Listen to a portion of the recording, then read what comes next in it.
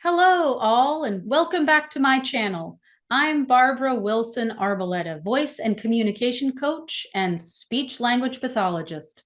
For more videos about voice, healthcare, and communication, be sure to like and subscribe. Wouldn't it be great if high schools taught a class called How to Navigate the United States Healthcare System? If you've ever felt like understanding your insurance is like trying to use Google Maps without a satellite, you're not alone. Health insurance companies and plans are all different, and there's a ton of jargon involved. So today I'm going to teach you the basic vocabulary of health insurance coverage. And by the end of this video, you'll have an understanding of the language of health insurance as it relates to what you pay for care. Let's start with a scenario. You've just arrived at an ear, nose, and throat doctor's office, and they ask you for a $65 copayment. You're pretty sure you didn't pay that much when you saw an ENT at another office. What happened? Let's first talk about tiers. In health insurance, a tier refers to the way in which your insurance plan encourages or discourages you from seeing certain medical providers from various clinics. Even though all of the providers are in network with your insurance, a tier 1 provider will likely cost you less than a tier 2 or 3 provider. You might think this has something to do with the quality of care you'll receive or how much that provider charges, but that's not the case, unfortunately. There are a number of things that influence what tier different providers get sorted into. For example, I work for a large medical center system. My insurance plan includes all of our own medical providers in tier 1. Seeing a provider with the other biggest medical center system in our city costs a lot more because they're in tier 3. Now, for employees of the other biggest medical center system, the tiers are reversed. You see what they're doing there? So when you seek treatment, check your insurance plan document and the provider list that's usually on their website to be sure you understand what tier the provider you want to see is in and what your associated cost will be. Now, I mentioned the words in network above. What does that mean? In-network providers have signed a contract with your insurance company to provide care to patients who have that insurance. The provider agrees to accept a certain negotiated rate for their services, and they can't bill you for the balance of what they would have charged if you weren't covered. An out-of-network provider has no agreement with your insurance company. Therefore, they can charge whatever their going rate is. For example, I provide voice evaluation and therapy at my medical center. The people who come to see me there use their insurance, and their costs are determined by the agreement between the medical center and their insurance company. I also see a few people privately, not with the medical center, for voice lessons or therapy. Because this has nothing to do with the medical center and I have no insurance contracts of my own, I determine the rate that I charge in that context. In order to keep your costs lower, check with your insurance company's provider list. As I said, it's on their website and you can usually just look it up. And you make sure that the provider you want to see is in network with your insurance. You can always decide to see an out-of-network provider and pay privately if you want to, unless you have Medicare, but that will be another video in the future. Your lower costs will usually be with that in-network provider, though.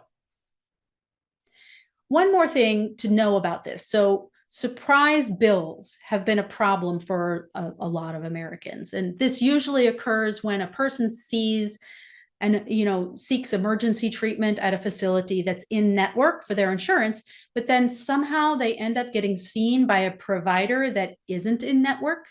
Now, the federal government cracked down on this, and they've made these kinds of surprise bills illegal. It is out of scope of this video to go into detail about that, but there are definitely resources around to Learn more. Okay, next up, copayments. A copayment or copay is a fixed amount of money you pay for healthcare service, like $20 for a doctor's visit. The cost may change depending on the tier your provider is in or whether you're seeing your primary care provider versus a specialist. Still, the amount that you'll pay is clearly stated in your insurance plan document and usually on your insurance card as well. Now, on the other hand, a deductible is the amount of money you need to pay out of your own pocket before your insurance starts to pay its share. It's important to know that only covered costs count toward your deductible. So in this context, paying the entire allowed amount for a service, the allowed amount is the price your plan negotiated with the provider. This doesn't mean that the service wasn't covered. It means you hadn't finished paying your deductible yet. Now, high deductible plans can lower your monthly premium for your insurance, but the downside is that the total cost of your care is a lot less predictable. And so in the end, some people end up actually paying more. For example, if you get an insurance plan with a $5,000 deductible, then you're going to have to pay the first $5,000 of your covered healthcare costs. And then that deductible resets every year. So let's say that you had $2,000 worth of medical costs in a year. You would have paid $2,000 because it hadn't met the $5,000 deductible. And then your plan year turns over and now it starts all over again, right? So it might work out well if you stay healthy all year and you never go into your doctor, but let's say you get into a car accident. You may be on the hook for a lot of money just when you may also be out of work for a while. So it's something to consider. Coinsurance is your share of the costs of healthcare services, usually calculated as a percentage. So if you have 20% coinsurance, you're going to pay 20% of the allowed amount, and insurance covers the rest.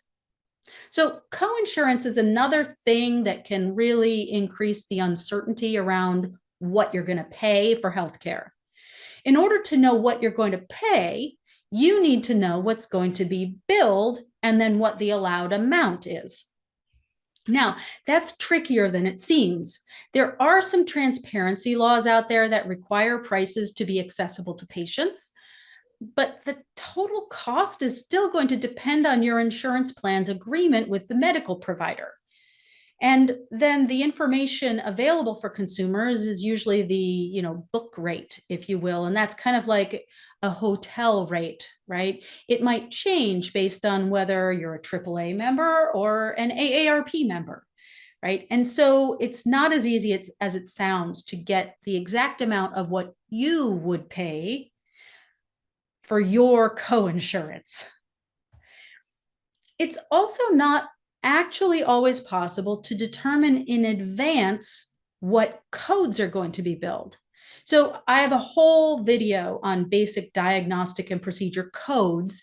And if you want more, you can definitely tune into that to understand this piece better. But the bottom line is that the things that your healthcare provider needs to do may depend on what they see after you get there, right? They can't necessarily tell over the phone just based on your description exactly what's going on or what they're going to need to do to help you. So they might not know in advance exactly what they're going to be billing. So as you can see, healthcare costs can be really complicated. The one thing I can say is be proactive. Look at your insurance plan coverage document and ask questions when necessary in order to understand how the cost of your care will be divvied up between you and the insurance company. Too many people just throw that kind of plan coverage document in a file somewhere and don't ever look at it. In this case, knowledge isn't just power, it's savings a lot of the time. So there you have it, a basic summary of the language of your healthcare costs. I hope this kind of demystifies some of that process for you and helps you navigate your healthcare better. For more, don't forget to subscribe, like, and share. Thank you so much for watching. Until next time, stay informed and stay healthy.